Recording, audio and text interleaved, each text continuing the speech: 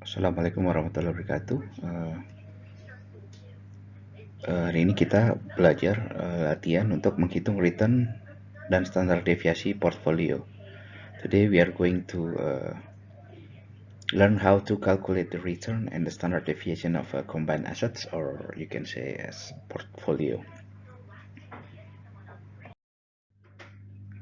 Okay, this exercise is related to the chapter 6 of the Fundamental of Investing by Gitman. Kang Taimo is planning to invest 200 million, in which 120 million is allocated to the stock market and the remaining amount to corporate bond. Based on his experience as CEO, he expects a 16% return and 10% standard deviation in the stock market, and 12% return and 4% standard deviation in corporate bond. The coefficient relation is 0.4 between those two assets. Define what is the combined return of these two assets or portfolio, and what is the standard deviation of these two assets.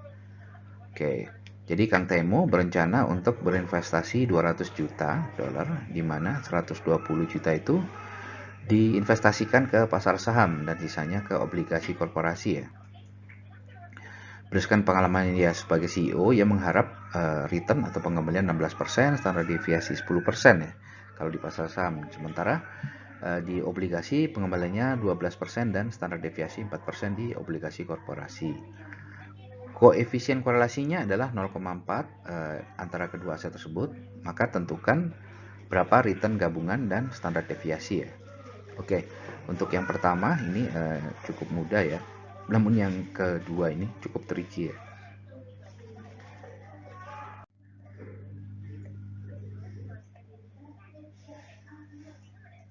Oke, dari soal from the question stem, we know that total investment is 200 mio ya. So we can know from that question that 120 for stock market and the remaining, which is 80 million, is for corporate bond. Let S represent the stock market and B represent the corporate bond ya. So S for stock and B for bond. Okay, mu S or the return ya, the average return is 16%, and the sigma S, or you can say standard deviation, is 10%. The mu B, or the average of return of bond, is 12%, and the sigma S atau standar deviasi dari S adalah 4%. Oke, solusinya. Oke, for the first question, it's pretty easy ya. The proportion is 60% stock and 40% on corporate bonds. We just calculate the combined return with the weighted. Jadi bobotnya 60% dikali 16% ya. Ini. Lalu 40%-nya dikali 12%. Jadi dapat 14,4% ya returnnya kalau di combine. Oke, the tricky part is in the second one ya. Ini sedikit lebih susah ya. Oke, let sigma SB represent the combined standard deviation. Jadi kalau tadi ada sigma S sama sigma B, oke ini salah ya. Oke, ini B harusnya.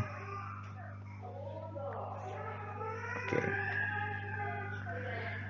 Sementara sigma SB adalah gabungannya, the combined one, and the correlation is rho SB, the correlation between S and B. And WS is the weight of the stock market, and WB is the weight of corporate bond. Okay, as we know, to calculate the combined variance or the standard deviation of a portfolio two asset, this is the formula ya. So the square root of weighted of stock square dikali sigma S square plus ini sama ini dua ini. Jadi punyanya stock dikuadratin, weightnya sama sigmanya, ditambah punyanya bond dikuadratin dan sigma dikuadratin keduanya. Lalu ini yang ininya lalu dikali korelasinya. Korelasinya itu yang ini ya, rho. Jadi kita tambah lagi 2 WS and WB, rho SB and sigma S and sigma B. Jadi kalau mungkin cara mudahnya biar teman-teman tahu ya, mungkin kalau teman-teman masih ingat kalau A plus B tutup kurung kuadrat itu kan sebenarnya A kuadrat ditambah B kuadrat ditambah, jangan lupa yang ini ada 2AB ya. You have 2AB. So this one is like the 2AB ya. What slightly different because we have a coefficient correlation ya. So the 2AB is this one ya. Sementara A-nya adalah W dan sigma ya, weight and sigma of each ya. Makanya ini kan ini A, ini B, berarti ini kan A, ini B, tapi jangan lupa dikali ini. Oke. Jadi cara ingatnya cukup mudah kan ya. Oke, based on that formula we plug in the number. 60 weightnya 60% dikali 10% dikuadratin masing-masing ya, ditambah 40% dikali 4% ya kuadrat, dan ditambah 2AB nya itu 2 dikali ini A, ini B, dan ini adalah coefficient correlation-nya ya. Oke, dihitung kita masukin angkanya dan diperoleh hasil 0,068 atau 6,8% ya.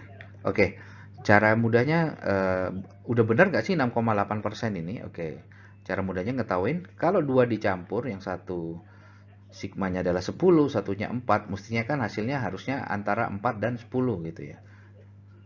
Kalau selama korelasinya itu masih positif ya.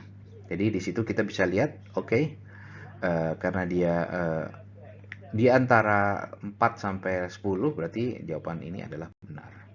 Oke. Ya mudah-mudahan mudah dipahami ya teman-teman ya. Oke, terima kasih sudah menonton. Wassalamualaikum warahmatullahi wabarakatuh.